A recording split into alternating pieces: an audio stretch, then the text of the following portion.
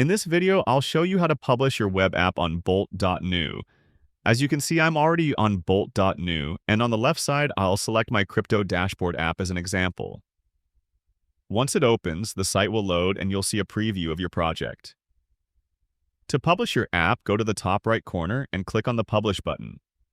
You'll see a message saying that the app is not published yet, but you can publish it now.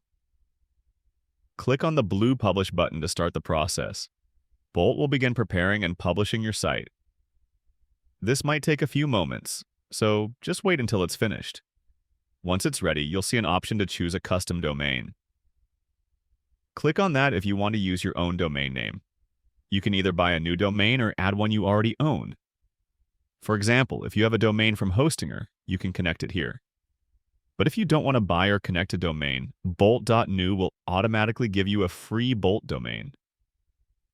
As you can see, this is my domain. When I click on it, my site opens and everything works perfectly. I can scroll through my crypto dashboard and even search, for example, Bitcoin, and it shows the result. And that's it. You've successfully published your web app on Bolt.new.